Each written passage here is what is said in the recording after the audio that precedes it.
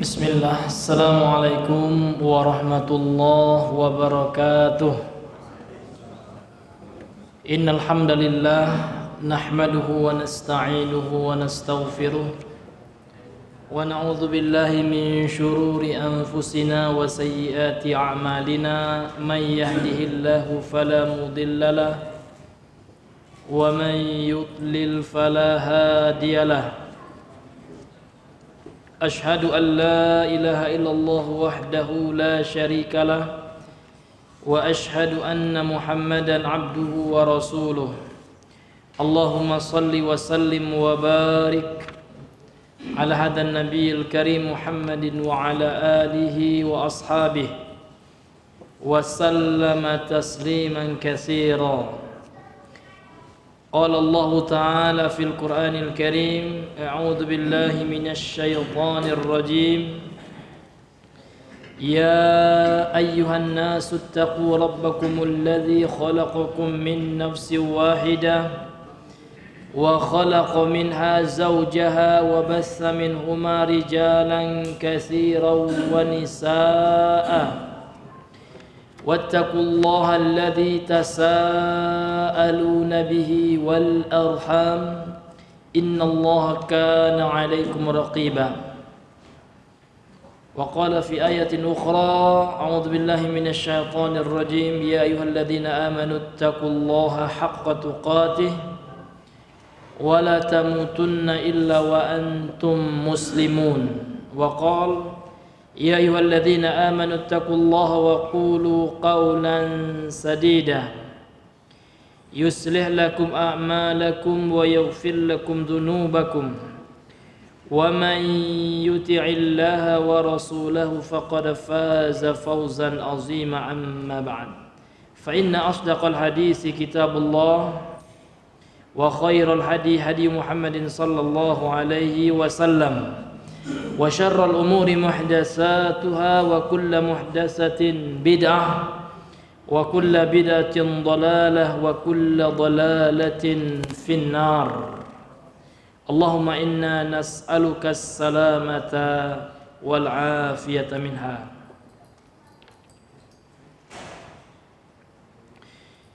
إخواني في الدين أعزني الله وإياكم.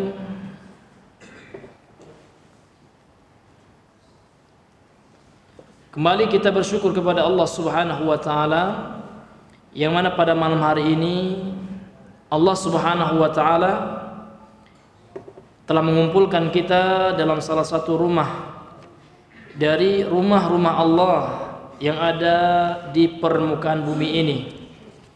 Dalam rangka tidak lain dan tidak bukan melainkan untuk tafaqquh fid din, untuk mempelajari ilmu agama. Semoga dengan mempelajari ilmu agama ini kita berharap kepada Allah, mudah-mudahan Allah menganugerahkan kepada kita niat yang ikhlas, karena tidak ada para ulama kita mengatakan, di antaranya Imam Ahmad Ibn Hanbal rahimahullah, beliau mengatakan talabul ilmi la ya'diluhu syai' in sahat niyatuhu. Menuntut ilmu agama itu la ya'diluhu syai'un, tidak ada sesuatu pun yang bisa menandingi pahalanya, dengan syarat in sahhat, apabila niatnya benar. In sahhat niyatuhu, apabila niatnya benar. Jadi niat kita mempelajari ilmu agama, kita berharap kepada Allah dengan kita hadir di majelis-majelis ilmu atau dengan usaha kita mempelajari agama Allah ini, dengannya Allah Subhanahu wa taala berikan kita surga dan mudahkan jalan kita menujunya.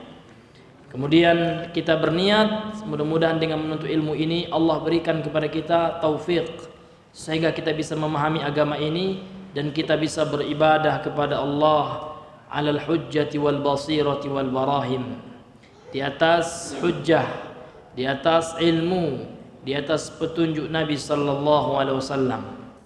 Kemudian salawat dan salam selalu kita berdoa kepada Allah, mudah-mudahan selalu Allah curahkan kepada Rasul kita tercinta, Nabi kita yang paling mulia, Nabi Muhammad sallallahu alaihi wasallam.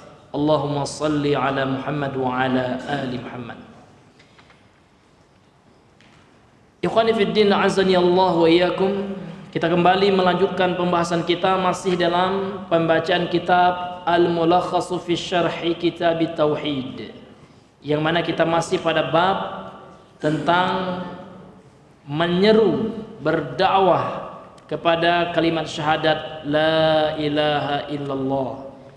Yang mana pada pertemuan yang terakhir kita telah masuk kepada hadis yang kedua dalam bab ini, hadis yang dan sekaligus yang terakhir dalam bab ad-du'ai ila syahadati alla ilaha illallah ini, dalam pembahasan berdakwah kepada kalimat la ilaha illallah.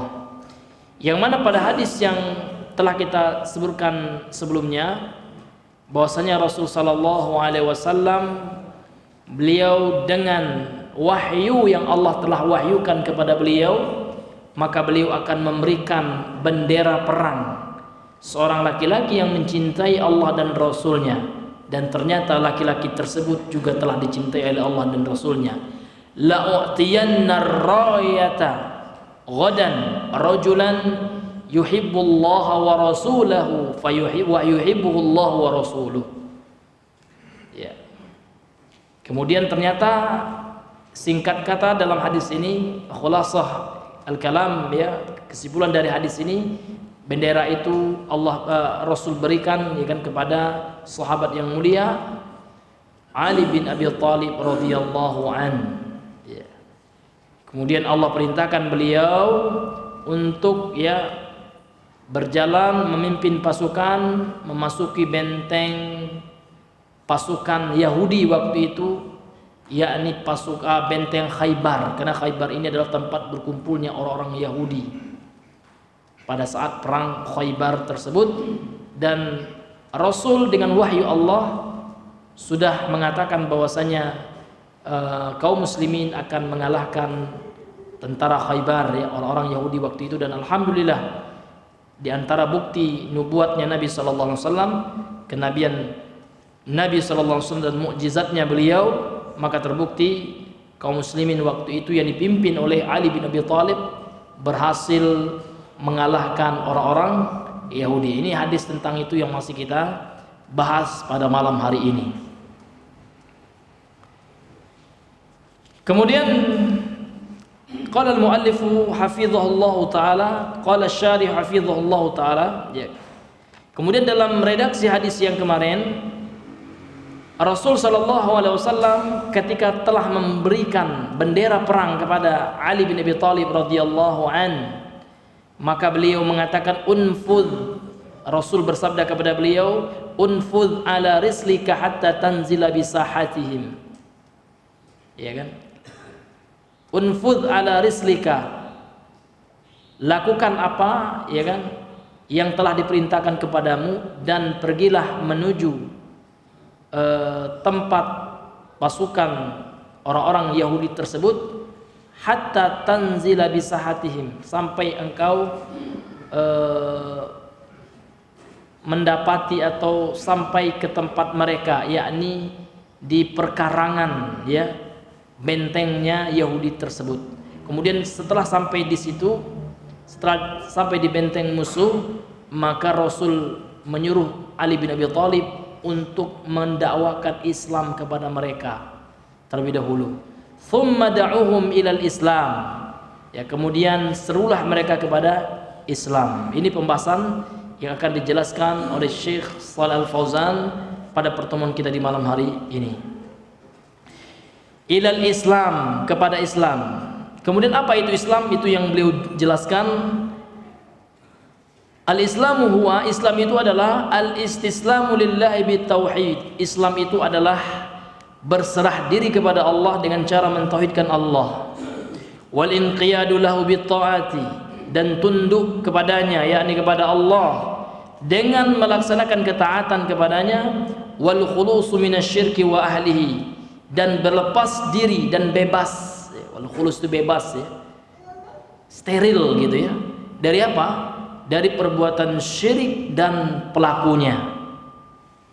Artinya berlepas diri, sama saja. Al-khulus wal bara'ah itu hampir satu makna. Secara bahasa Islam itu adalah al-istislam, ya, menyerahkan diri gitu. Dan yang beliau sampaikan di sini adalah pengertian Islam menurut para ulama. Dan ini adalah pengertian yang cukup, ya, yang cukup menyeluruh, yang cukup kompleks dalam pembahasan ini. Bahwasanya Islam itu orang dikatakan muslim, ya kan?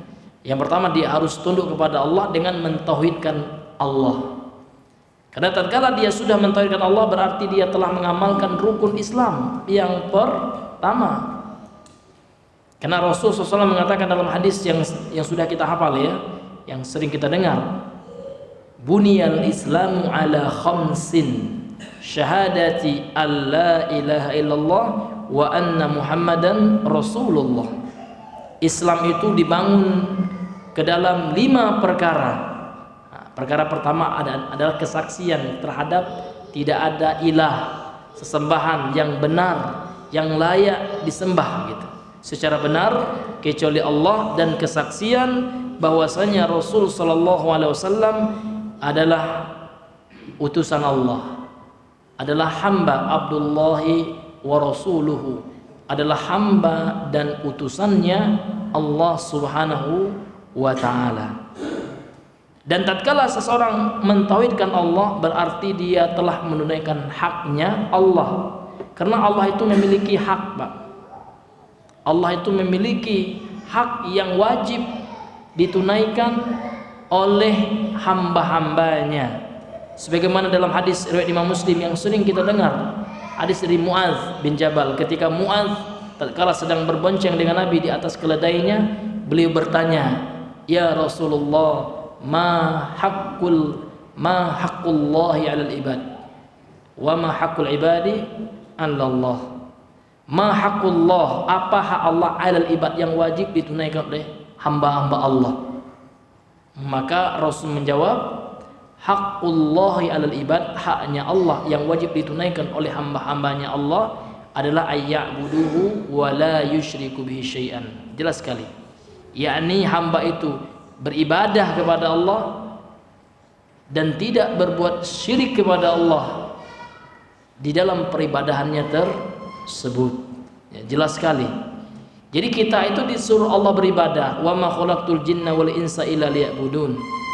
Namun tidak hanya ibadah saja, namun Allah perintahkan kita untuk mentauhidkan Allah dalam peribadahan tersebut. Ini beda ibadahnya orang Islam dengan orang kafir. Kalau ibadahnya orang kafir penuh akan kesyirikan, penuh dengan persekutuan terhadap Allah. Mereka beribadah juga, iya. Mereka bahkan punya tempat ibadah juga. Dan bentuk toleransinya umat Islam, turunlah ayat lakum dinukum waliyadin. Jadi toleransi itu jangan salah dipahami. Toleransi itu bukan berarti kita juga ikut sebagaimana orang-orang yang sok toleransi hari ini. Padahal mereka tidak toleransi. Sama orang kafir terkadang toleransi, gereja dijaga. Namun sama orang Islam, ya, bagaimana supaya pendidikan umat Islam ini, Ahlussunnah ini bisa dibubarkan, ya. Banyaklah isu-isu, meresahkanlah, ya. Apanya yang meresahkan gitu? Kita nggak ikut tahlilan katanya. Meresahkan dari mana, Pak? Gitu. Kami tidak pernah Bapak lagi tahlilan datang sama-sama kami bubarkan tahlilan, kan nggak ada. Namun kami di pengajian kami berdasarkan hujah dan ilmu, ya kan, bahwasanya itu bid'ah. Bukan berarti kita katakan itu bid'ah lantas kita bareng-bareng membubarkan tahlilan, kan nggak ada. Lantas di mana radikalnya? Di mana intolerannya, di mana gitu? Coba bawakan bukti. Di mana, ya kan? Kapan? Bawakan datanya. Jangan asal ngomong. Karena banyak sekarang itu Pak orang-orang yang katanya pro toleransi padahal dialah orang yang intoleran yang sebenarnya. Ya kita nggak ikut acara mereka, ya, kita dibilang intoleran gitu. Ya. Ini ya yang tidak masuk di akal. Bahkan diprovokasi masyarakat. Ini meresahkan. Meresahkan dari mana gitu? Pernahkah kita demon, ya kan, ngajak menyerang mereka? Kan nggak ada. Jadi apa pengertian meresahkan? Terkadang ini hadirin yang dimuliakan oleh Allah, yang tidak dipahami oleh mereka, yang hanya apa nama itu dikendalikan oleh ego, ya, egoisme dan hawa nafsu, tidak beragama di atas ilmu. Jadi ahlus sunnah itu kata Syekhul Islam Ibnu Taimiyah rahimahullahu taala, ahlus sunnati, ya kan, arhamun nasi bil khalq, manusia yang paling kasih sayang kepada makhluk Allah, kepada manusia yang lainnya, bahkan kepada makhluk Allah yang lain. Itu sifat ahlus sunnah. Wa a'lamun nasi bil haqq, dan manusia yang paling mengetahui tentang kebenaran gitu. Ini sifat ahlus sunnah, ya, arhamun nasi bil khalqi wa a'lamun nasi bil haqqi gitu. Manusia yang paling rahmat, kasih sayang kepada makhluk ini, dan yang paling mengetahui tentang kebenaran, karena mereka belajar, ya, menuntut ilmu, beragama di atas ilmu, ya, bukan beragama di atas fanatisme, ta'assub, ya, kepada hizbi gitu, hizbiyah, kelompok-kelompoknya. Ini hadirin yang dimuliakan oleh Allah Subhanahu wa taala.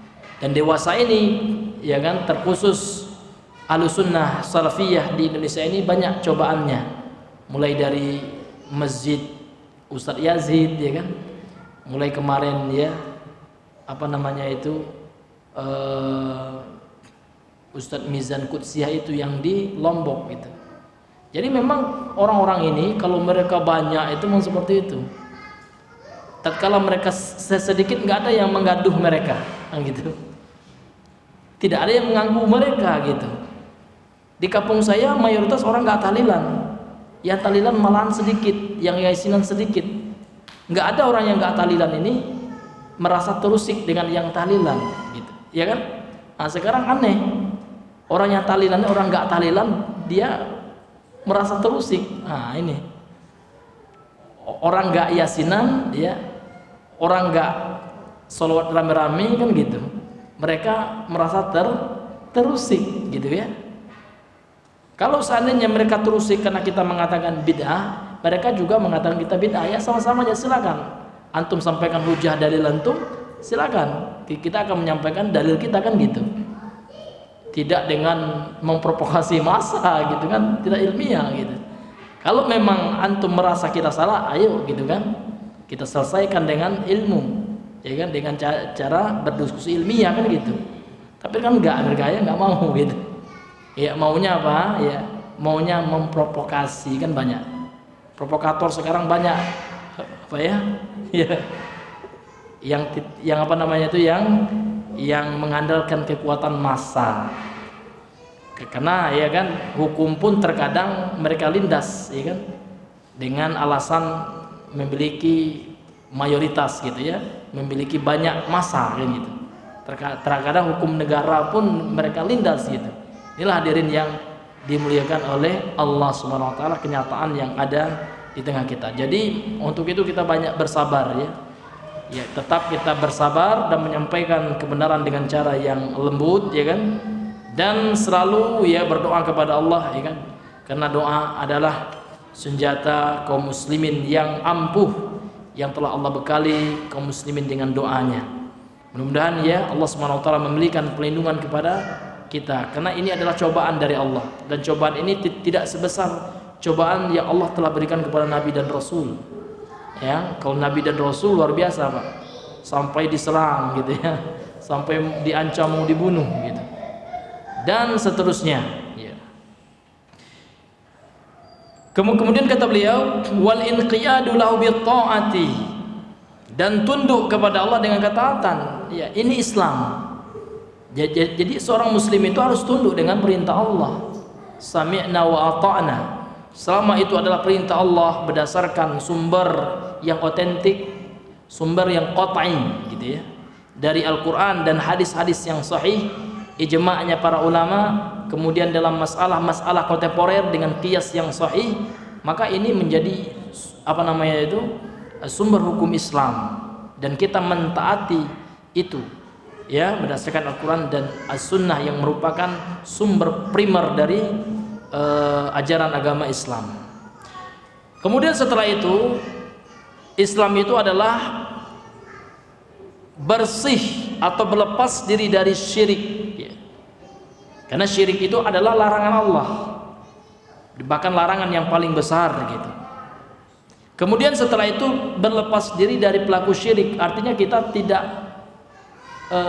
membela pelaku kesyirikan, maka kita harus menampakkan sikap kita berseberangan dan membantah pelaku kesyirikan. Bahkan kalau seandainya sudah jelas-jelas dia adalah musyrik, ya kan, agama Hindu, Buddha misalkan ya, atau dia orang Islam, kemudian dia sudah ditegakkan hujjah, sudah tidak ada lagi kebodohannya, kemudian dia juga tidak terpaksa dan ulama sudah menjatuhi ini sudah musyrik misalkan, maka kita katakan musyrik gitu.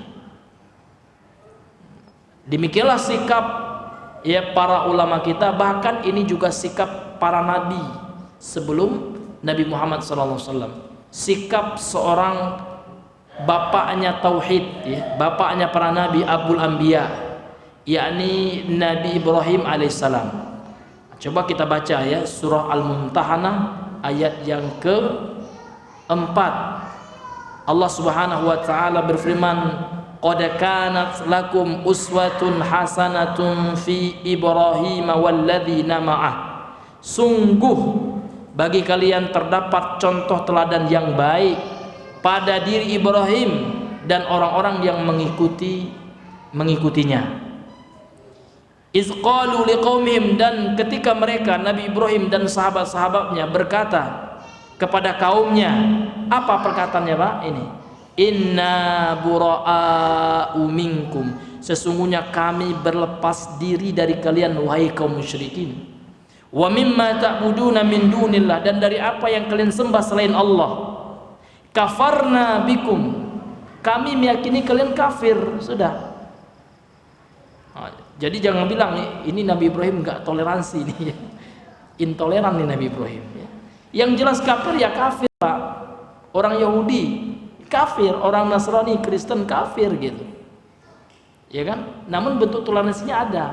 Bagi kalian agama kalian, kami tidak menyembah apa yang kalian sembah, dan kalian juga tidak menyembah apa yang kami sembah, udah, ya kan? Kami hanya mengajak saja, nggak pernah memaksa.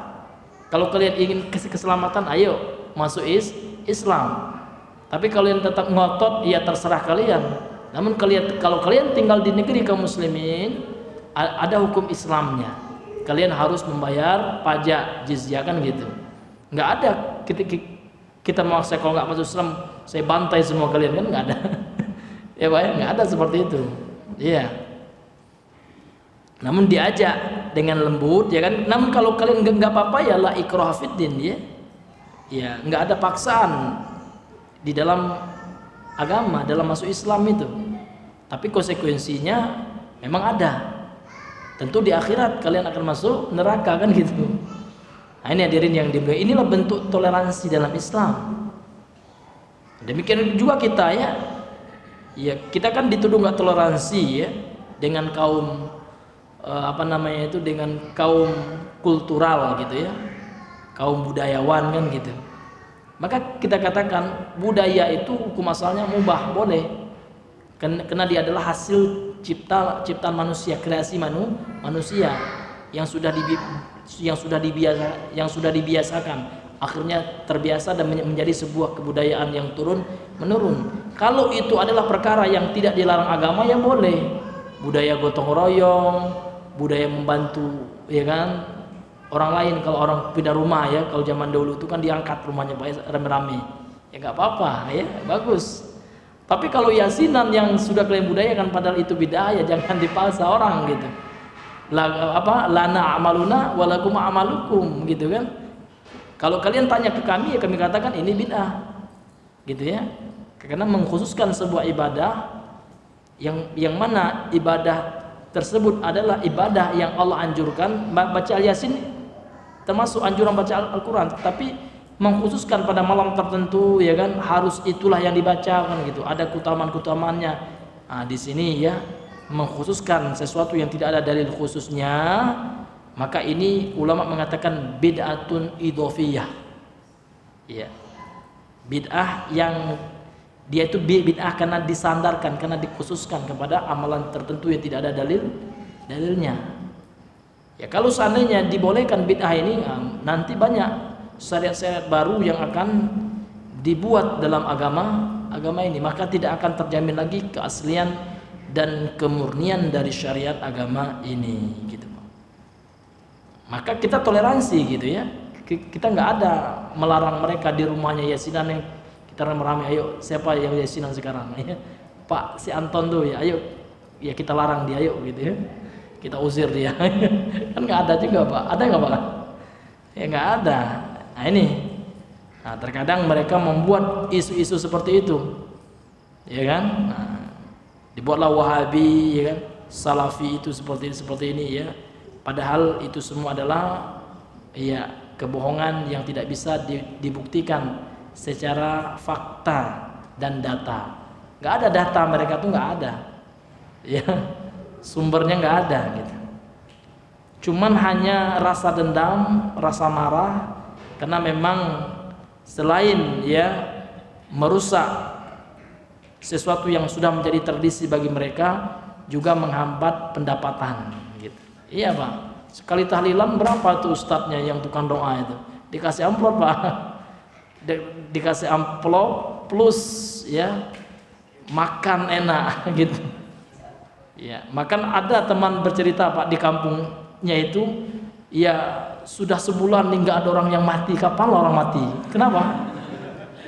Karena pingin makan daging, makan enak gitu.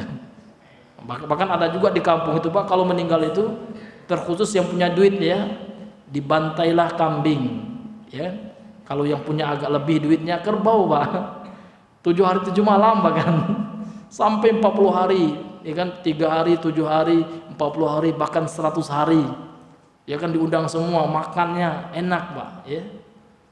Yang kawan ini cuma sekali setahun terkadang makan ya daging korban. Nah, sekarang ada meninggal juga enak.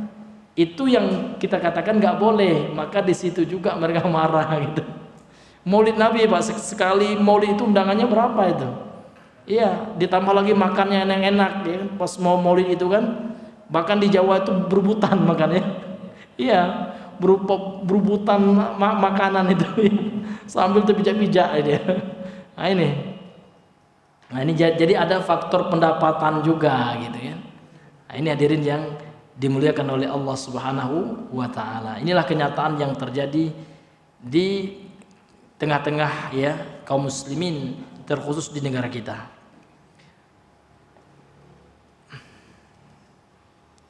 Jadi berlepas diri dari syirik dan pelakunya, ya kan?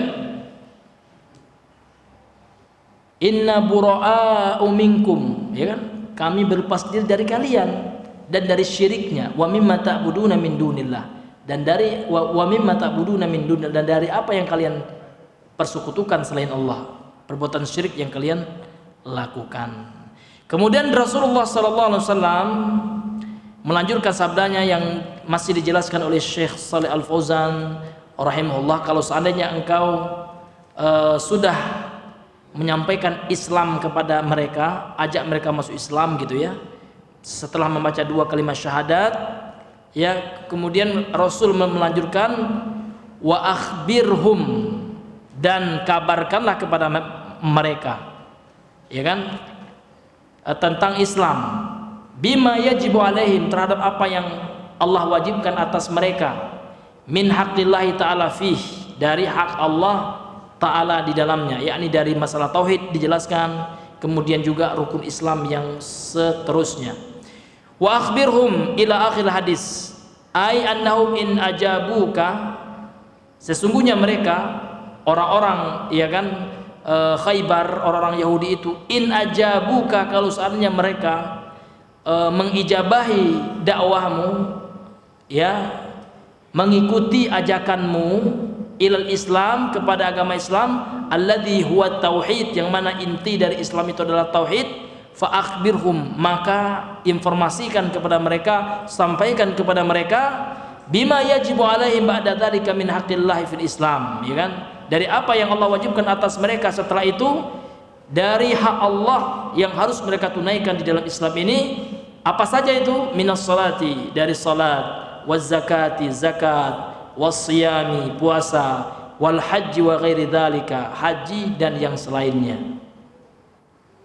Jadi ini adalah bentuk dakwah yang sesuai dengan apa namanya itu, dengan tertibnya Nabi, urutan-urutan dakwah, Pak ya. Mulai dari tauhid dahulu, kemudian setelah itu apa, Pak? Rukun-rukun Islam yang selanjutnya. Kemudian Rasulullah bersabda kepada Ali bin Abi Thalib radhiyallahu anhu ini, la an yahdiyallahu bika, kalau seandainya Allah Subhanahu wa taala memberikan hidayah melaluimu, rajulan wahidan, satu orang laki-laki saja dapat hidayah melalui dakwahmu, ya, khairul laka min humrin ni'am, min humrin na'ami, maka ya pahalanya itu lebih baik darimu daripada seekor onta merah, ya kan, seekor onta merah itu adalah sesuatu yang paling berharga yang dimiliki oleh orang Quraisy di zamannya. Ini bisa kita kiaskan gitu. Sesuatu yang berharga sekarang apa, Pak? Ya, misalkan kendaraan, ya, Lamborghini, ya kan, kendaraan apa yang mahal dan mewah itu, ya Pak ya. Nah, jadi menjadi perantara hidayah taufiknya seseorang ini lebih baik daripada harta dunia yang termewah, yang tercanggih di dunia ini gitu. Kemudian kata beliau, la an yahdiyallahu, ini ya kan secara bahasa ini adalah takwil, ya, fi ta'wili masdarin, dan ini sebagai mubtada, ya kan, khobarnya mana, wa khobaruhu khairun. Jadi li an yahdiyallahu itu li an yahdiya gitu ya. Nah, ini an ini artinya an masdariyah, ini masdar muawwal ini ya, jadi sebagai mubtada dia. Jadi mana khobarnya, khairul laka gitu ya, khairun, lebih baik bagimu gitu. Ini secara bahasa. Humrun na'am, apa sudah dengan humrun na'am? Maka Syekh Shalih Al Fauzan mengatakan al-ibili al-hamru, ya, onta yang berwarna merah. Onta yang berwarna merah ini Pak, ini jarang ya, jarang di zaman dahulu itu, ya kan. Onta yang masih kecil gitu ya, yang apa namanya itu, yang masih ada warna merahnya gitu. Ini kata beliau, wahya anfasu amwalil arabi, dia adalah harta orang Arab yang anfas, ya, yang nafisah, yang paling berharga, yang paling mewah. Jadi orang Arab itu kalau punya onta merah dia, oh, masya Allah, berarti itu orang kayanya itu ya. Nah, di zamannya, kalau zaman sekarang bisa kita kiaskan apa harta kita yang paling mewah, yang paling berharga, itulah humrun na'amnya zaman sekarang kan gitu. Dan kita berdakwah, dengan dakwahnya kita itu Pak, orang bisa mengenal Islam. Mulai dari misalkan non muslim, karena kita ajak dia masuk Islam itu hidayah. Dengan masuknya dia Islam berarti dia dapat hidayah melalui perantara kita. Atau teman kita yang tadinya enggak jelas hidupnya, Pak ya, sholat nggak pernah misalkan, ya kan, agama nggak tahu, hidup penuh dengan maksiat. Nah, kita ingatkan dia, kita dekati pelan-pelan, kita ingatkan dia, ya kan, kita ajak ke kajian. Ternyata melalui perantara kita itu Pak, Allah beri dia hidayah. Maka apa yang kita lakukan itu Pak, memberi perantara, menjadi perantara hidayahnya seseorang, ini lebih baik, ya kan, pahalanya di sisi Allah ketimbang kita dikasih oleh Elon Musk, ya, mobil Tesla. Ya kan, ya, di sisi Allah Pak. Nah, kalau di sisi kita orang ahli dunia, orang yang cinta dunia, tentu ya mantap mobil Tesla lah gitu ya. Sekarang Bapak mau menjadi perantara hidayahnya orang SAD enggak? Atau Bapak saya kasih mobil? Mana yang mau? Bapak pasti bilang saya mau yang kasih mobil lah. Padahal di sisi Allah enggak. Bapak ya kan membimbing, mengajar, mengaji. Orang-orang yang enggak pandai mengaji itu bisa mengaji menurut Bapak. Ternyata pahalanya Pak di sisi Allah lebih lebih banyak, lebih berharga, lebih baik ya ketimbang dunia tersebut. Karena dunia itu sementara Pak ya. Dunia ini kalau kita hidup di dunia saja Pak, kalau kita sudah mati tidak ada lagi ya kan. Namun supaya dunia kita ini ternyata bisa kita bawa sampai mati, kalau dunia kita itu ya kan kita dapatkan dengan hasil, dengan cara yang baik, dengan cara yang halal ya kan, dan kita pergunakan untuk sesuatu yang halal pula. Kita infakkan, kita keluarkan untuk perkara yang mendatangkan ridha Allah. Seperti zakat, orang yang sudah mencapai ketentuan kadar zakat nisabnya dalam 1 tahun ya, dia keluarkan zakat, berarti dia sudah mengeluarkan hartanya untuk dia kelak di akhirat. Atau dia bersedekah. Kalau zakat hukumnya wajib, kalau sedekah hukumnya sunnah. Ya, dia bantu orang lain. Ya Pak ya. Jadi selama orang lain yang dia bantu itu Pak merasakan bantuannya, maka itu tidak akan sia-sia.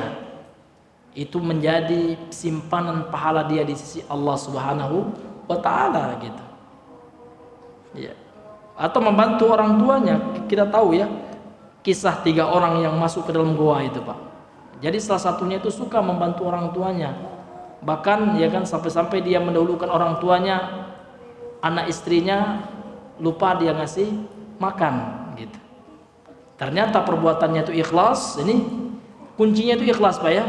Jadi semua amalan itu memang kuncinya ikhlas. Jadi ketika kita beramal itu niat kita, motivasi kita tidak lain dan tidak bukan adalah Allah, dan itu terkadang berat ya Pak ya. Apalagi sudah dihadapkan dengan rupiah ya. Iya. Maka betul-betul besar cobaan kita Pak ya. Iya. Karena kalau melenceng sedikit niat kita ya kan, kita langsung ya diancam dengan neraka. Nauzubillah. Maka untuk itu kita selalu istighfar Pak ya. Mungkin niat kita sebelumnya enggak bagus, setelah kita pelajari tentang bagaimana pentingnya niat, ya kita niat ya Allah ya. Ini dalam hati lah Pak.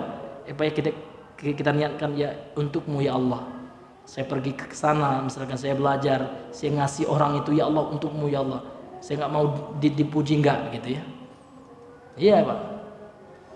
Nah, ini hadirin yang dimuliakan oleh Allah. Penting sekali niat itu Pak ya. Iya. Walaupun niat itu dianggap cuman memaksudkan saja kan gitu. Cuman nawaitu saja yang dirubah. Memang kelihatannya sepele Pak ya. Namun terkadang Pak berat. Bahkan ini dirasakan oleh ulama salaf dulu, ya kan? Al-Imam Sufyan Ats-Tsauri. Beliau mengatakan laisa syai'un asyaddu alayya an u'alijahu. Ya kan? Min niyati. Laisa syai'un asyaddu ilayya. Tidak ada sesuatu itu yang lebih berat atasku. An u'alijahu. Ya kan?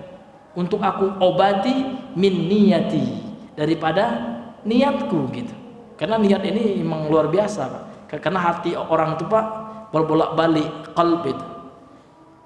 Kenapa hati itu dalam bahasa Arabnya qalbun Pak? Orang bahasa Arab mengatakan summiyal qalbu, ya kan, qalban litaqallubihi. Dinamakan hati manusia itu qalb ya. Karena qalb itu artinya karena dia bisa berbolak-balik gitu ya, kadang gini kadang gitu ya.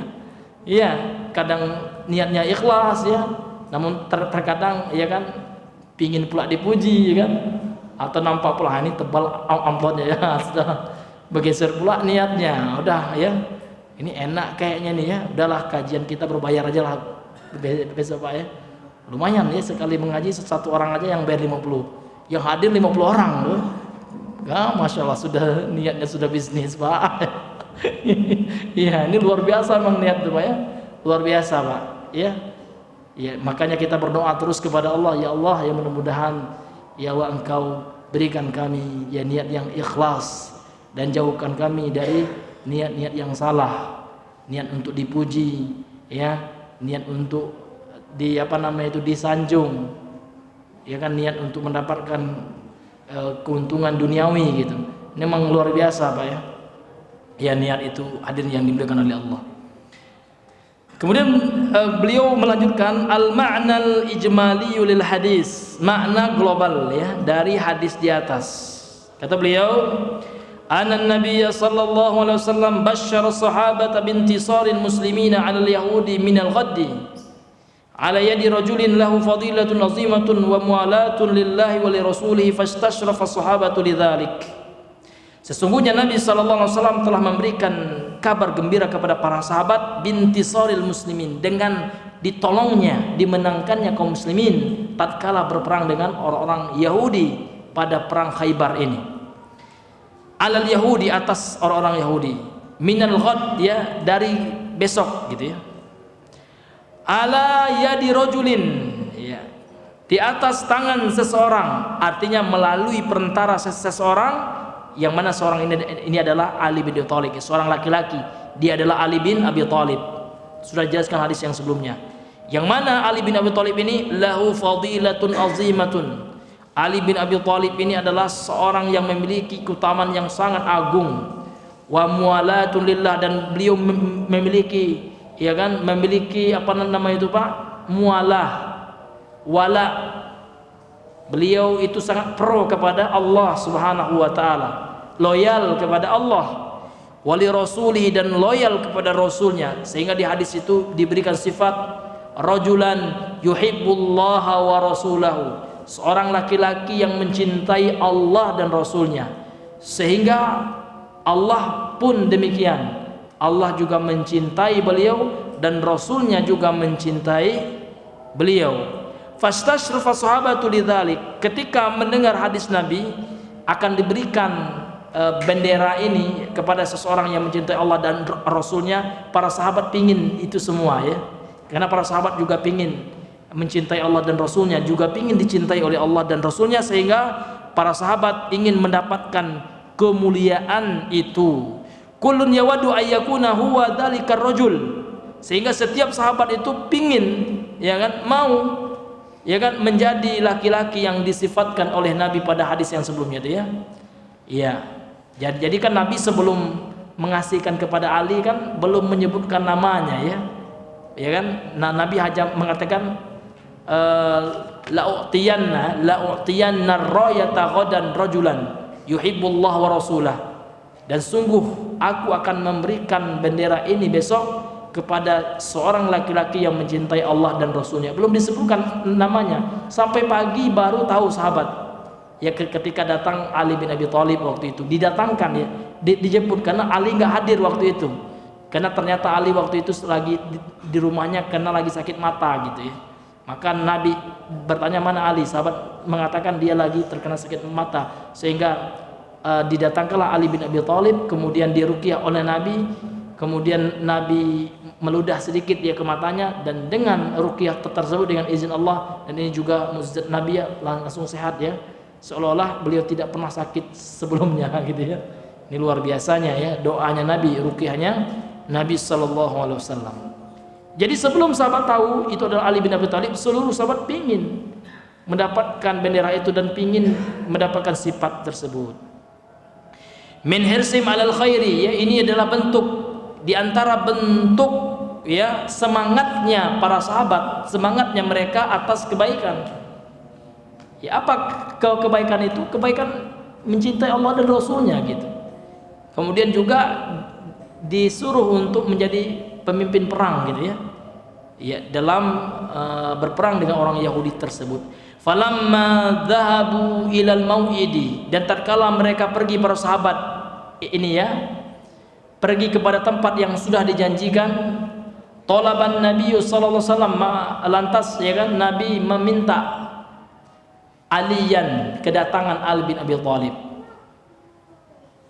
Ya, wasadafa ya kan, dan tiba-tiba annahu lam yahdur, tiba-tiba Ali tidak hadir gitu. Kenapa? Lima asabahu min maradi ainaihi. Ya kan, terhadap karena dia ya kan terkena penyakit dia mata. Ya, beliau terkena penyakit pada kedua matanya. Tsumma hadara, kemudian setelah itu barulah Rasul minta sahabat mendatangkannya. Tsumma hadara, kemudian setelah itu datanglah Ali bin Abi Thalib. Fatafana Nabi sallallahu alaihi wasallam, kemudian Nabi ya kan meludah fihima, pada kedua matanya Ali bin Abi Thalib, mirriqihi al-mubariki, dari air ludahnya Nabi yang mubarak. Ini bentuk ruqyahnya Nabi. Fazala ma yahissu bihi minal alam. Lantas setelah diludah oleh Nabi ya kan, maka hilanglah apa yang dirasakan dengannya daripada rasa sakit pada kedua matanya, zawalan kamilan, hilang yang sempurna hilangnya Pak, betul-betul pergi penyakitnya gitu ya, kalau Nabi yang sudah melakukannya. Subhanallah. Wasallamahu qiyadatal jaisha, ya, kemudian Rasul menyerahkan kepadanya, yakni kepada Ali bin Abi Thalib, kepemimpinan tentara-tentara Islam yang akan berperang dengan orang-orang Yahudi pada waktu itu. Amarahu bil mudi ala wajhi birifqin. Kemudian Nabi merintahkan kepada Ali bin Abi Thalib untuk pergi ya, untuk mengadvansi ya, pergi kepada bentengnya orang Yahudi itu, ala wajhi, di atas wajahnya. Ini maksudkan dengan cara, ala wajhi itu dengan cara gitu ya, birifqin, dengan cara yang lembut ya, dengan cara yang baik gitu. Nah, ini perang pun Nabi tetap menyuruh kita baik gitu Pak ya, dalam perang pun gitu. Jadi Pak, walaupun kita perang nggak boleh kita bercarut-carut gitu ya, harus dengan cara yang baik, banyak zikir gitu Pak ya. Ya, jangan petang-petang dia musuh langsung ya kita serang orang tuanya, kita cari orang tuanya, kan Pak. Ini bukan adab Islam gitu. Islam itu luar biasa, dalam perang pun masih disuruh untuk bersikap lembut gitu Pak ya. Ini hadirin yang dimuliakan oleh Allah Subhanahu wa taala. Hatta yaqruba min hasnil adui, sampai dekat dari bentengnya musuh. Fayatlubu minhum ad-dukhula fil Islam. Kemudian Ali meminta kepada mereka untuk masuk ke dalam Islam, disuruh diajak masuk Islam dahulu. Fa in ajabu akhbarahum bima yajibu 'alal muslim min fara'idha. Kemudian kalau seandainya mereka ya mengijabahinya, menjawabnya, artinya mereka masuk Islam, maka Ali diperintahkan untuk menginformasikan, menjelaskan terhadap apa yang diwajibkan terhadap seorang muslim, dari sesuatu yang wajib, dari kewajiban-kewajiban seorang muslim, dari faraid ya, dari ibadah-ibadah fardu. Summa bayyana sallallahu alaihi wasallam li Aliin, kemudian Rasul SAW menjelaskan kepada Ali bin Abi Thalib fadlat da'wati ilallah, keutamaan berdakwah kepada Allah. Wa anna da'iyata, dan sesungguhnya seorang da'i, seorang penyeru kepada agama Allah, idza hasala ala yadayhi hidayatu rajulin wahidin, ya, apabila tercapai sukses melalui kedua tangannya hidayah seorang laki-laki ya, jangankan dua Pak ya, satu laki-laki saja, bizalika fabidzalika khairul lahu min anfisil min anfasil amwalid dunyawiyah, karena sesungguhnya dia menjadi perantara hidayahnya walaupun satu orang saja ya kan, maka ini lebih baik baginya daripada harta-harta dunia yang paling berharga, yang paling mewah. Fa kaifa idza hasala ala yadayhi hidayatun aktsaru min dzalik, dan bagaimana kalau seandainya tercapai melalui kedua tangannya hidayah yang lebih banyak dari itu. Satu saja orang bisa paham agama karena perantara kita Pak ya, karena sebab kita yang bawa dia. Satu orang saja, orang yang bisa kita dakwahkan, ini pahalanya lebih baik daripada apa Pak? Seekor onta merah, atau sekarang sebuah mobil ya, mobil apa Pak? Ya paling mahal lah gitu ya. Bagaimana kalau seandainya 2 orang, 3 orang, bahkan ada seorang ya dokter di Kuwait itu Pak, ya kan, dia ilmu umum cuman dia bukan ulama yang masyhur dengan ilmu agama, enggak Pak, namun semangatnya luar biasa sehingga dia pergilah berdakwah ke Afrika. Itu jutaan yang masuk Islam ya Pak ya, dari kafir masuk Islam loh. Berapa pahalanya itu Pak? Dia memang habis-habisan, memang dia langsung tinggal di situ gitu Pak ya. Iya seperti itu Pak. Orang mengajak kepada kekufuran sekarang Pak rela menghabiskan dananya. Lihat misionaris itu Pak. Jadi misionaris itu patungan juga dia supaya orang murtad ya kan. Semangat dia. Namun terkadang kita sekarang ya jangankan ikut ya, ngasih sumbang aja nggak mau ya. Gimana itu Pak ya? Apa yang akan kita jawab nanti? Karena Rasulullah mengatakan la tazulu qadama abdin yaumil qiyamah hatta yus'al an arba'in, dalam riwayat yang lain an khamsin. Di antaranya adalah an malihi. Ya kan, dari hartanya. Jadi harta akan ditanya oleh Allah gitu. Dari mana dia dapatkan dan dia keluarkan untuk apa? Jadi kalau kita keluarkan harta kita di jalan Allah Subhanahu wa taala Pak, walaupun 1000 perak, supaya kita impak celengan 1000, jangan kita anggap ini ya, apa nama itu, jangan kita anggap remeh gitu. La tahqiranna minal ma'rufi syai'an. Ya, Rasul mengatakan jangan engkau anggap remeh walaupun syai'an, sesuatu, sesedikit gitu. Ya apalagi ya jumlah yang cukup gitu Pak ya. Tentu ini luar biasa Pak. Tentu itulah harta yang akan kita bawa sampai kita berjumpa dengan Allah Subhanahu wa taala. Masuk waktu Pak? Ya, kita sholat dulu dan insyaallah setelah sholat kita lanjutkan sedikit. Subhanakallahumma bihamdika asyhadu an la ilaha illa anta astaghfiruka wa atubu ilaik. Assalamualaikum warahmatullahi wabarakatuh.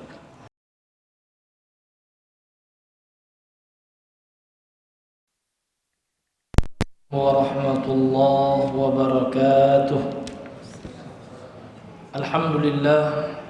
Alhamdulillahilladzi arsala rasulahu bil huda wa dinil haqq liyuzhirahu 'alad dini kullihi wa kafaa billahi shahida. Asyhadu an la ilaha illallah wahdahu la syarika lah wa asyhadu anna Muhammadan 'abduhu wa rasuluhu allazi la nabiyya ba'dahu, amma ba'd. Baik ayuhal ikhwah, insyaallah taala kita kembali melanjutkan pembacaan daripada kitab Al-Mulakhas ya fi syarh kitab tauhid ini, ringkasan dari penjelasan kitab At-Tauhid.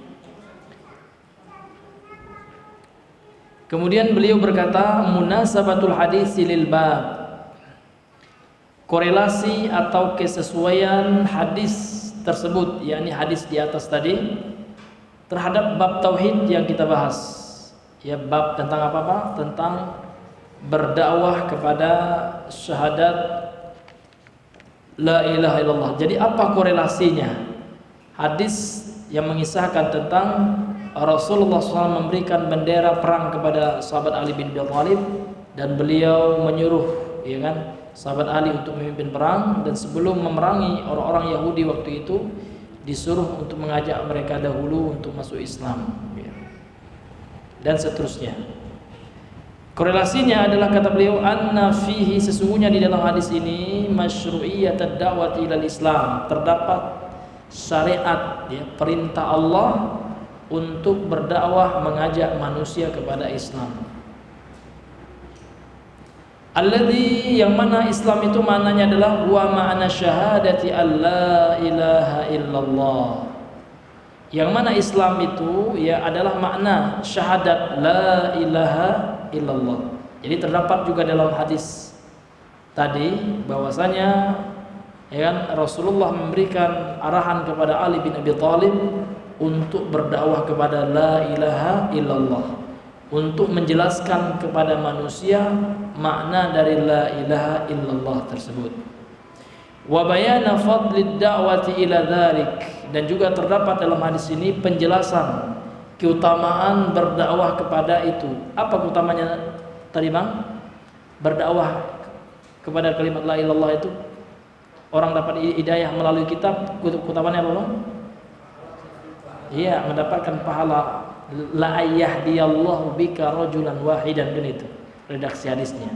Kalau seandainya Allah Subhanahu wa taala memberikan hidayah seorang laki-laki bika melalui perantaramu, ya khairul laka min humrin na'am, ya lebih baik daripadamu daripada seekor unta merah yang merupakan ya kan harta yang paling mewah, yang paling berharga di zamannya.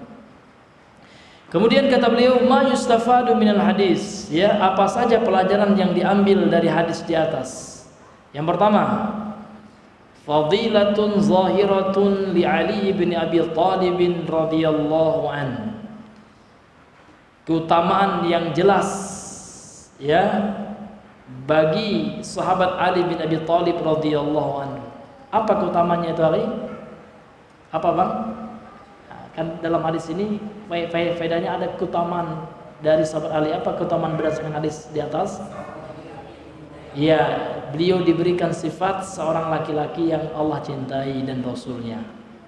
Karena siapa saja yang mendapatkan bendera ini, kata Rasul, orang yang aku kasih bendera ini adalah rajulan yuhibbullaha wa rasulahu wa yuhibbuhullahu wa rasuluh. Adalah seorang laki-laki yang mencintai Allah dan Rasulnya, dan dia dicintai oleh Allah dan Rasulnya. Ternyata laki-laki tersebut adalah Ali bin Abi Thalib, dan Ali bin Abi Thalib adalah ahadu al-mubasysyirina bil jannah, ahadul asyrah, ya ahadul asyrati al-mubasysyirina bil jannah, salah satu dari 10 sahabat yang telah diberikan kabar gembira masuk surga gitu. Jadi sudah ada dalil ya secara person, vonis surga sudah ada kepada Ali bin Abi Thalib. Maka kita nggak ragu lagi, Ali bin Abi Thalib sudah Rasul vonis masuk surga. Bahkan anaknya Hasan dan Husain itu, ya kan, syababani min ahlil jannah, 2 pemuda penghuni surga. Hadis sahih, Pak. Jadi akidah Ahlussunnah wal Jamaah, kita kan nggak boleh memponis seorang masuk surga kecuali ada dalilnya, kan gitu. Ada dalilnya dari Al-Quran dan Sunnah khususkan memponis per individu, ini si A masuk surga gitu. Hukum asalnya nggak boleh kita ponis kecuali ada dalil yang memponisnya. Dan Ali bin Abi Thalib termasuk ya sosok yang sudah Allah ponis masuk surga. Ini tiba-tiba orang Khawarij mengkafirkan Ali bin Abi Thalib ya. Orang Khawarij itu yang Allah ponis, namun tidak personnya, Pak ya. Namun apa secara umum. Kalau secara umum Allah katakan apa namanya penghuni neraka yang nggak boleh juga kita putuskan gitu. Jadi memang kita hanya mengikuti nas gitu, Pak ya. Apa yang disebutkan secara umum yang kita yakini, ya kan, berdasarkan keumumannya gitu. Apa yang disebutkan secara khusus maka kita yakini dengan secara khusus gitu. Kita ini nggak bisa kita ponis personal kita karena nggak ada dalilnya, ya kan? Abu Zar fil jannah, nggak ada hadisnya. Ya Abu Zar maksudnya kawan kita, kalau ada namanya Abu Zar ya. Iya, Tony masuk surga, kita bilang nggak bisa, Pak. Karena nggak ada dalil mengatakan Tony masuk surga, itu nggak ada, ya kan? Nggak ada ponisnya. Namun secara umum ya kan orang Islam itu masuk surga. Ya kan kita berharap mudah-mudahan Allah masukkan Tony ke dalam surga. Ya. Karena sekarang ada orang mengkhususkan yang Allah tidak khususkan. Allah sebutkan umum orang Islam itu insya Allah masuk surga kalau dia tidak mati membawa syirik ya. Tiba-tiba dia kalau ingin masuk surga silakan masuk ya kan kelompok kami. Iya. Dari mana hadisnya? Dari mana ayatnya? Enggak ada. Mengkhususkan kelompoknya sendiri. Itulah orang yang sebenarnya sudah mengaku dapat kaplingan di surga. Orang pula yang dituduhkan gitu. Nah, ini hadirin yang dimuliakan oleh Allah Subhanahu wa taala. Terkadang seperti itu ya. Nah, kalau seandainya kamu udah masuk kelompok kita udah ya. Ya kan kalau malaikat nanyamu bilang aja, saya ormas saya itu gitu ya. Sebutkan nama mana ada seperti itu ya. Ini ngarang, Pak ya. Nah, ini bahayanya seperti itu. Orang berbicara tanpa ada referensi gitu. Enggak ada Qur'annya, enggak ada hadisnya ya. Ngarang bebas, Pak. Iya. Kayak pelajaran anak anak SD Pak ya, suruh ya membuat karangan bebas, udah mau ngarang apa gitu ya. Tanpa ada referensi, tanpa yang nggak ilmiah. Yang ilmiah itu kan ada referensinya, ada rujukannya. Ini dari mana dikutip, dinukil dari mana nih perkataan gitu. Jangan pelajaran agama, pelajaran umum aja Pak ya. Kita mau buat tesis ini, nggak bisa sembarangan. Yang pas seminar tesis dilempar sama dosen ke muka kita, mana referensinya, mana data pustaka, mana footnote-nya mana nih gitu. Apalagi agama gitu ya. Agama harus lebih ilmiah lagi, karena agama sudah ada referensinya, Al-Quran dan Sunnah kan gitu. Nah, ini hadirin yang dimuliakan oleh Allah.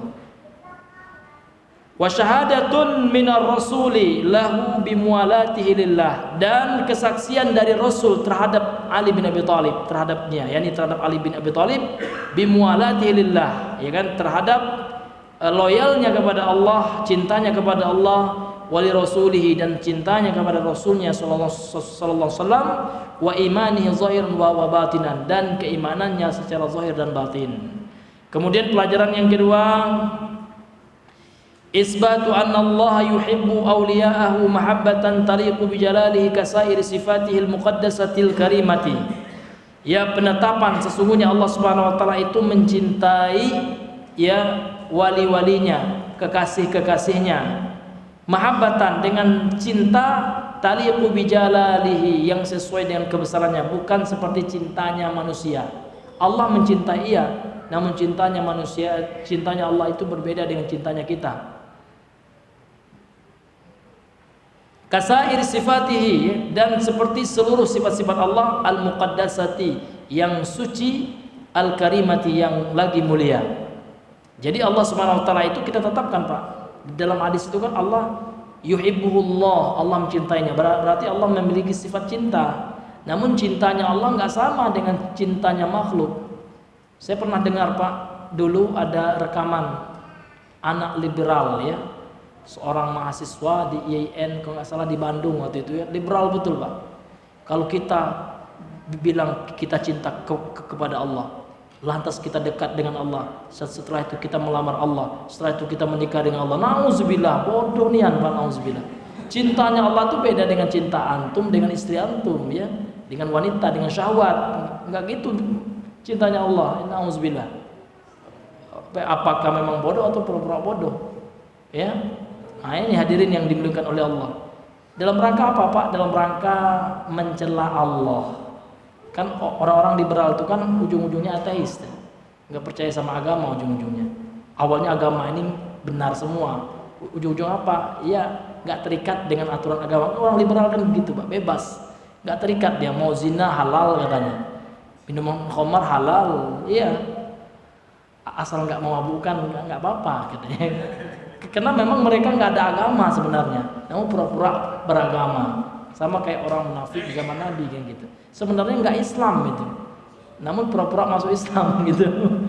Nah, karena memang mereka takut kalau menampakkan ateis, nggak ada tempat mereka di bumi pertiwi ini Pak ya. Masuk bumi pertiwi itu adalah di tanah Indonesia, bumi tetap milik Allah ya. Iya, ya kan, di tanah Indonesia ini nggak ada ya tempat orang ateis. Karena Indonesia ini berdasarkan Pancasila. Sila yang pertama Pak, harus hafal Pancasila Pak ya. Ketuhanan yang Maha Esa gitu. Jadi apa, orang yang tidak bertuhan nggak ada di Indonesia ini. Ini bukan orang NKRI itu Pak ya, bukan rakyat Republik Indonesia itu, ya kan? Silakan dia mencari tempat lain kan gitu. Nah ini hadir yang dibilang. Dan orang-orang ateis sekarang gabunglah dengan orang liberal kan gitu, temannya. Nah, ini na'udzubillah min zalik Pak ya. Itu yang mereka lakukan sekarang ya, dengan komunis, dengan PKI kan itu temannya itu. Liberal, PKI, ya kan? Nah, itu temannya tuh Pak. Iya. Iya. Kemudian yang ketiga, hirsus sahabati alal khair. Ya, semangatnya para sahabat dalam kebaikan. Wa tasabuqum ilal a'mali salihati, dan mereka berlomba-lomba dalam mengerjakan amal soleh. Beda dengan kita Pak ya. Ya. Nah, kalau kita banyak berlomba-lomba, ya bukan apa ya, kita semua lah gitu ya. Terkadang seperti itu. Kita umat manusia terkadang berlomba-lomba dalam dunia. Ya Pak, Coba buat sekarang ini Pak ya, kalau ada orang kaya di antara kita buat ini Pak ya, buat sebuah perlombaan barang siapa yang sholat subuh ya kan akan kami kasih nggak telat deh 1 juta satu orang, pasti ramai ini masjid.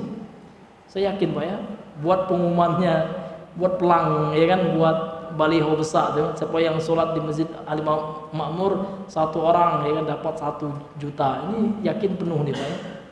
Iya. Karena bukan sholatnya Pak sebenarnya 1 jutanya itu bukan sholatnya. Coba nggak ada 1 jutanya, padahal banyak sekali hadis-hadis kan. Rokaatal fajri, rokaatal fajri ya, 2 rakaat sholat fajar, ya kan? Artinya sholat sunnahnya gitu. Khairum minad dunya wa ma fiha, lebih baik daripada 1 juta itu rupanya. Namun kenapa subuh masjid musola langgar sepi? Kenapa itu Pak? Iya, karena tasabuknya itu Pak, berlomba-lombanya itu enggak ke akhirat sekarang. Kemana Pak? Kepada dunia. Ya, ini kenyataan yang ada Pak. Ya, namun mudah-mudahan kita semua Allah berikan cinta akhirat. Akhirat di hati, dunia boleh, namun di tangan saja.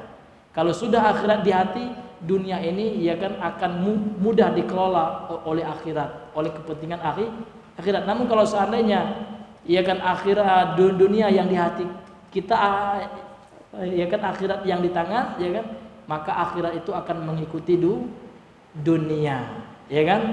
Kalau beribadah kalau ada duitnya, ya kan, ya selalu diukur dengan dunia gitu. Iya, kalau nggak ada ininya, ya kan, adalah ya, nggak semangat. Ya terkadang seperti itu Pak ya, kehidupan kita. Jadi masih mencerminkan kehidupan materialistik yang condong mempertuhankan dunia, ya kan. Makanya Rasul mengatakan dalam banyak redaksi hadis ya, Ta'isa ya kan, abdud dinar, Ta'isa ya, abdud dirham ya, celakalah hamba dinar, hamba dirham gitu ya. Ya kan, kalau seandainya diberi dia senang, kalau nggak diberi ya nggak semangat lagi kan gitu. Nah ini Pak ya, inilah pengaruh dunia. Jadi kita mudah-mudahan Pak ya, kita bermohon kepada Allah mudah-mudahan kita dijauhkan dari cinta kepada dunia yang sangat berlebihan gitu, dan hendaknya cinta kita yang paling besar ada cinta kepada akhirat itu Pak ya. Ya kita itu doa kita kepada Allah Subhanahu wa taala. Yang keempat, masyru'iyatul adabi 'indal qitali wa tarkit taishi wal aswatil muz'ijatil lati la hajata ilaiha. Disyariatkannya adab dia ketika berperang. Bagaimana adab ketika berperang enggak heboh? Maka dikatakan di sini wa tarkit taish. Ya, taishi itu artinya suara yang heboh gitu ya. Dan meninggalkan suara yang heboh dan suara-suara yang mengganggu. Al-aswat al-muz'ijah itu artinya suara-suaranya muz'ij itu mengganggu. Allati la hajata ilaiha, yang tidak ada kebutuhan kepadanya. Artinya enggak ada kepentingannya, enggak ada faedahnya, enggak ada manfaatnya. Ya. Kemudian yang kelima, amrul imami ummalahu birifqi wal lini min ghairi dha'fin walan tiqadi azimatin. Perintah seorang seorang pemimpin ya, imam di sini pemimpin ya, kepada pekerjanya atau kepada karyawan-karyawannya ketika dia memerintahkan itu adalah dengan rifqi ya, dengan lembut, wallin ya, dengan lemah lembut sama. Rifq dengan lin ini sama, lemah lembut ya.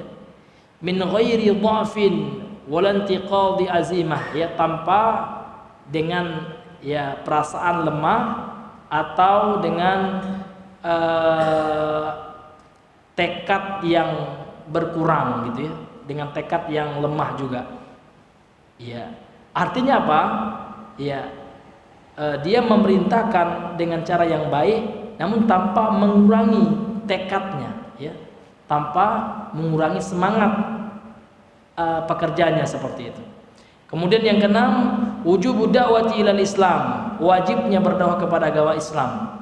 La siyama qabla qitalil kufari, terlebih lagi sebelum memerangi orang kafir, sebelum berperang dengan orang kafir. Jadi memang ini syariatnya, sunnahnya Pak ya. Jadi dalam perperangan kalau seandainya terjadi peperangan dia kan, misalkan orang kafir sudah menyerang kita, masuk ke negeri kita gitu ya. Maka kita dakwah dulu dia, suruh masuk Islam gitu kan ini. Kemudian yang ketujuh, anna man intana min quburi da'wati minal kufar wajaba qitaluhu. Dan siapa saja yang ia terhalangi, artinya dia tidak mau gitu ya, dia enggan menerima dakwah dari orang-orang kafir harbi. Ini konteksnya kafir harbi Pak ya, orang kafir yang memerangi kita. Jadi sebelum perang kita dengan orang kafir yang memerangi kita itu, ajak negosiasi dulu aja, masuk Islam dulu. Pak, kamu mau masuk Islam aja udah damai kita. Tapi dia tetap ngotot ya, enggak lah katanya, ngapain katanya. Nah, waktu itu boleh, wajib ya kita memeranginya. Karena memerangi orang kafir harbi itu hukumnya wajib. Kalau sudah masuk dia ke negeri kita, orang kafir harbi itu enggak butuh lagi izin pemerintah, bahkan enggak butuh lagi izin orang tua. Kalau sudah masuk itu namanya jihad difa. Jihad itu kan ada dua Pak ya, ada jihad tolab namanya. Jihad tolab itu artinya kita yang pergi ke tempatnya gitu. Orang kafir harbi itu kita yang pergi ke tempatnya. Nah ini harus ada izinnya Pak Ari, izin wali amr, izin pemerintah Pak Jokowi, dan izin orang tua. Seperti jihad melawan orang Israel sekarang ya, kita ingin ke Palestina harus izin Pak Jokowi. Karena orang Israel belum masuk kemana Pak? Ke Indonesia. Itu namanya jihad tolab ya, jihad kita yang minta kan gitu, untuk membantu orang di situ. Ada namanya jihadud difa, jihad dalam rangka mempertahankan jiwa kita, mempertahankan daerah kita ini. Kalau sudah masuk ke desa kita, ke negeri kita ya, orang kafir tersebut, maka tidak butuh lagi izin pemerintah waktu itu. Maka kita wajib dan nggak boleh lari ya Pak ya. Kalau kita lari ya kan, yang dalam rangka bukan strategi lari, boleh kita menghindar, namun untuk strategi menghantamnya gitu ya. Tapi kalau larinya memang takut mati ya, itu termasuk dosa besar, al-firar anizah gitu kan. Iya, lari dari perperangan kayak gitu. Wallahu taala a'lam bisawab. Kita cukupkan dengan doa kafaratul majlis. Subhanakallahumma bihamdika asyhadu an la ilaha illa anta astaghfiruka wa atubu ilaik. Assalamualaikum warahmatullahi wabarakatuh.